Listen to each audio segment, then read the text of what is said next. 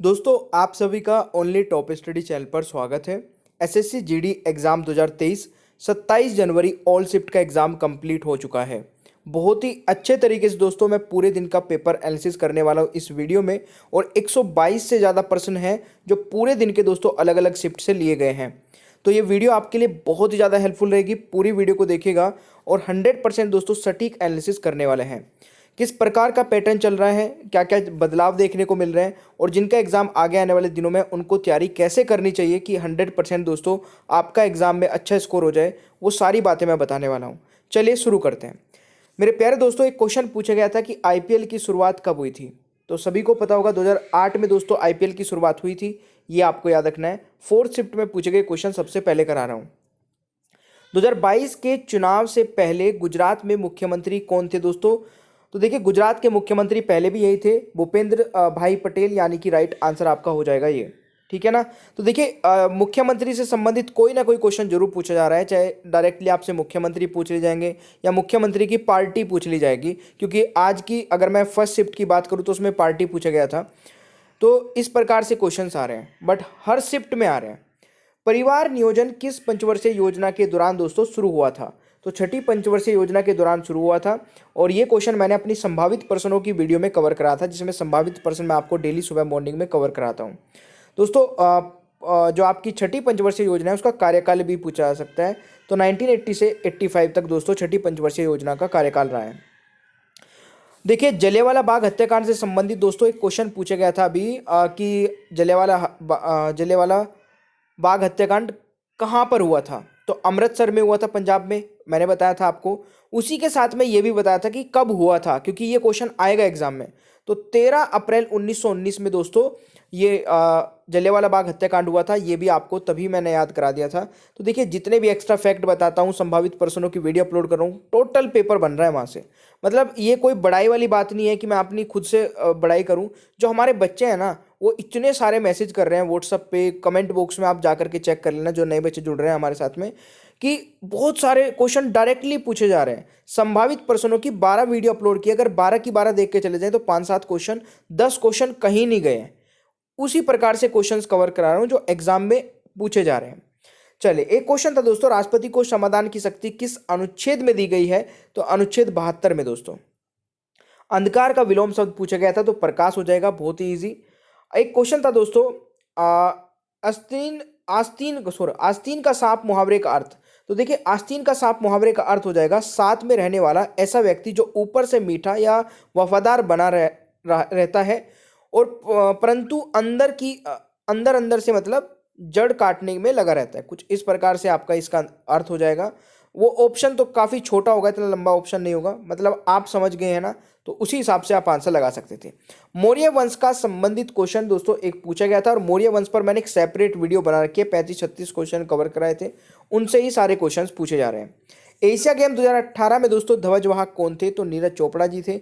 ये क्वेश्चन आपसे पूछा जा रहा है। ध्वजवाहक से संबंधित क्वेश्चन दोस्तों कई शिफ्ट से मैं देख रहा हूँ लगातार पूछे जा रहे हैं।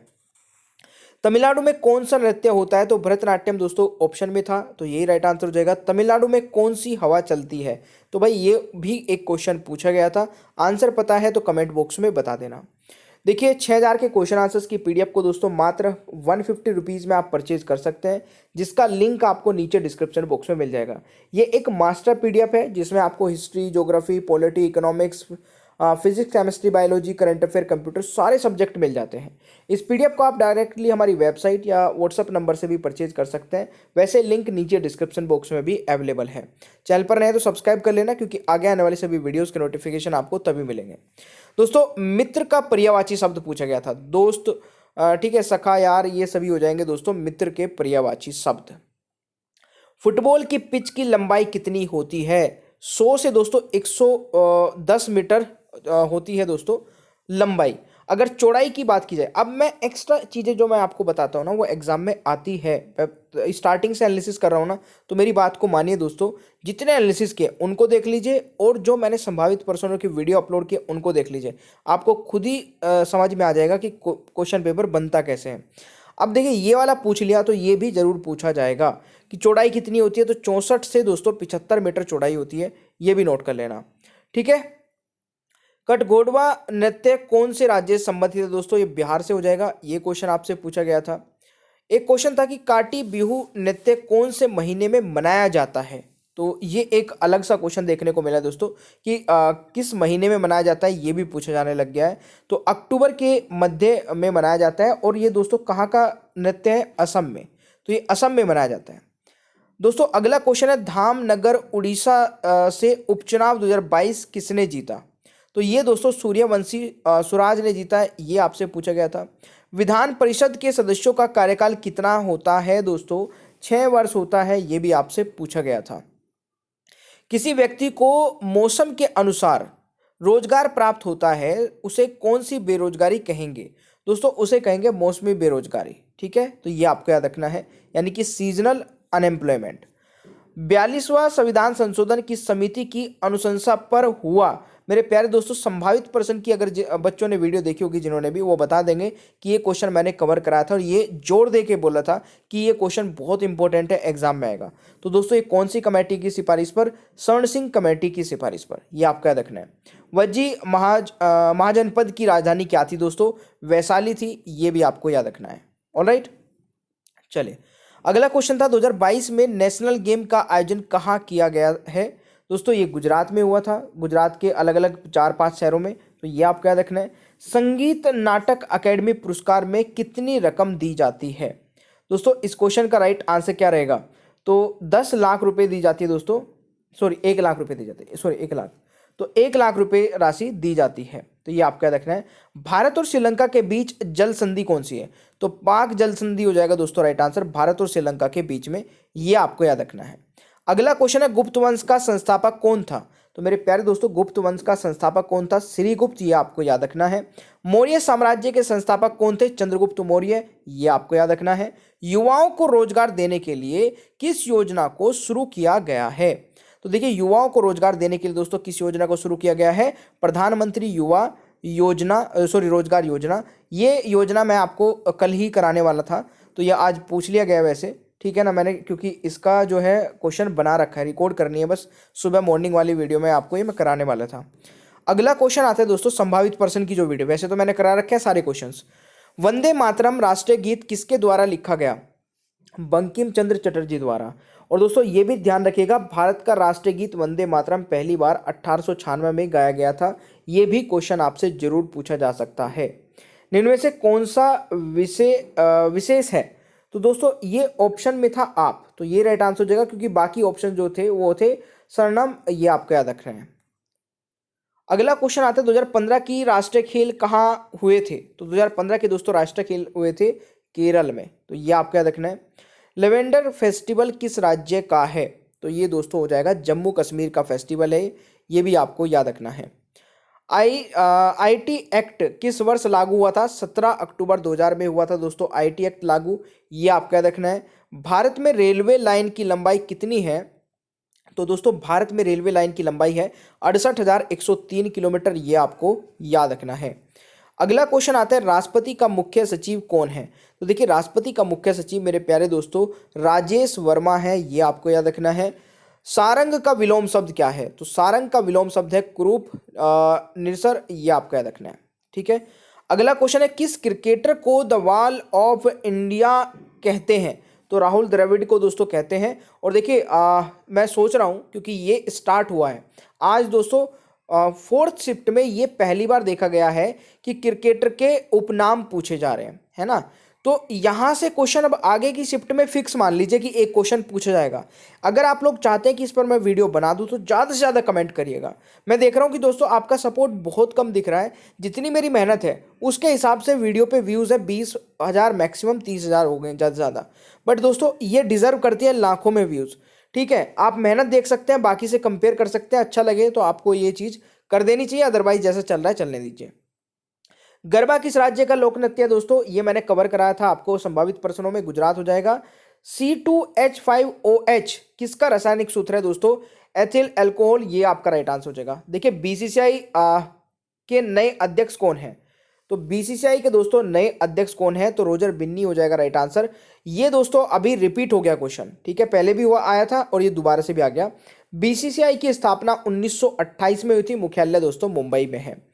दोस्तों पार्थ का पर्यायवाची शब्द पूछ लिया, तो पार्थ का पर्यायवाची होता है गुड़केश, धनंजय, अर्जुन, इस प्रकार से नोट कर लेना। छक्के छुड़ा देना मुहावरे का अर्थ है दोस्तों बुरी तरह से पराजित करना या हरा देना।